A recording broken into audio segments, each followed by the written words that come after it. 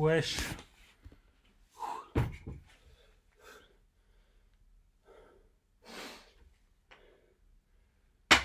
Hier, je fais une chronique sur la frustration. Et comme j'avais pas assez de mémoire dans mon ordi, cette chronique ne s'est pas enregistrée, donc j'étais très frustré. Et comme j'aime bien les mises en abîme, ça tombe bien, la frustration. C'est un mot, je trouve qu'il y a un silence assourdissant autour de ce mot. Partout où je regarde et tous les trucs que j'écoute. C'est un mot qui revient très peu, c'est un mot qui existait avant, que j'ai connu moi quand j'étais petit. Donc c'était notamment lié, enfin moi je retiens la frustration sexuelle principalement. Mais quand même, je suis... Alors j'étais agréablement surpris du coup, je sais pas si c'est un rapport avec la mort de Claire Bretéché, dont un des albums s'appelait Les Frustrés, s'appelle Les Frustrés, c'est même une série je crois, ça a donné lieu à plusieurs albums de bande dessinée. Je suis tombé par hasard il y a un mois et demi sur un journal en ligne qui s'appelle Frustration. Et alors par ailleurs dans un supplément du Monde d'hier ou d'avant-hier, 15 février, le mot du jour c'était frustré ou frustration, je sais plus, peut-être un rapport là encore avec Claire Bretéché.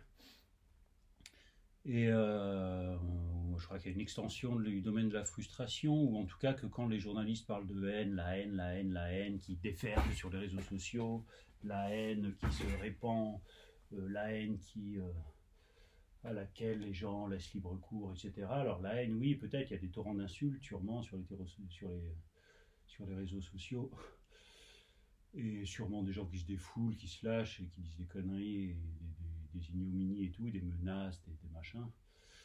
Et bon, appelons ça haine si on veut, mais une fois qu'on a dit que c'est de la haine, on est plus près de la conséquence que de la cause. Et à mon avis, quand on parle de frustration, on touche à quelque chose qui est plus près de la cause. Et je pense qu'un des effets, avec la révolution numérique, Internet, etc., se répand plus ou moins incidemment et plus ou moins consciemment l'idée que si on veut s'exprimer, on peut. Or, il y a toujours des inégalités gigantesques entre ceux qui parlent dans le désert ou qui n'osent pas parler, et puis ceux qui ont le micro ouvert à tout bout de champ.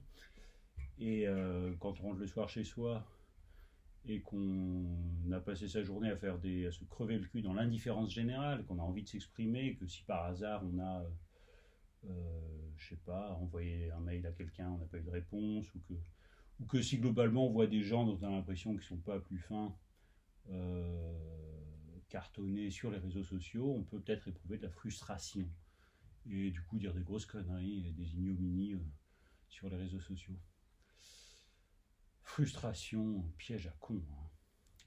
Mais du coup, puisque, de toute façon, le fait qu'on vive, paraît-il, c'est une expression utilisée par le politologue Bertrand Badi. Il dit on est passé d'une société de la représentation à une société de l'expression, et ceux qui ne peuvent pas s'exprimer autrement disent des conneries plutôt que de ne rien dire. C'est pas forcément hyper joyeux, mais en tout cas, parler de la haine sans parler de la frustration, ça me paraît pas hyper futé. Faut être radical, faut aller à la racine des choses. Et derrière la frustration, il y a encore d'autres choses, mais au moins on avance un peu vers la cause. Je parle de frustration. Putain, j'ai une mèche là sur le côté. Oh là là là là, ça me fait un style. C'est mon shampoing de ce matin, je suis sûr.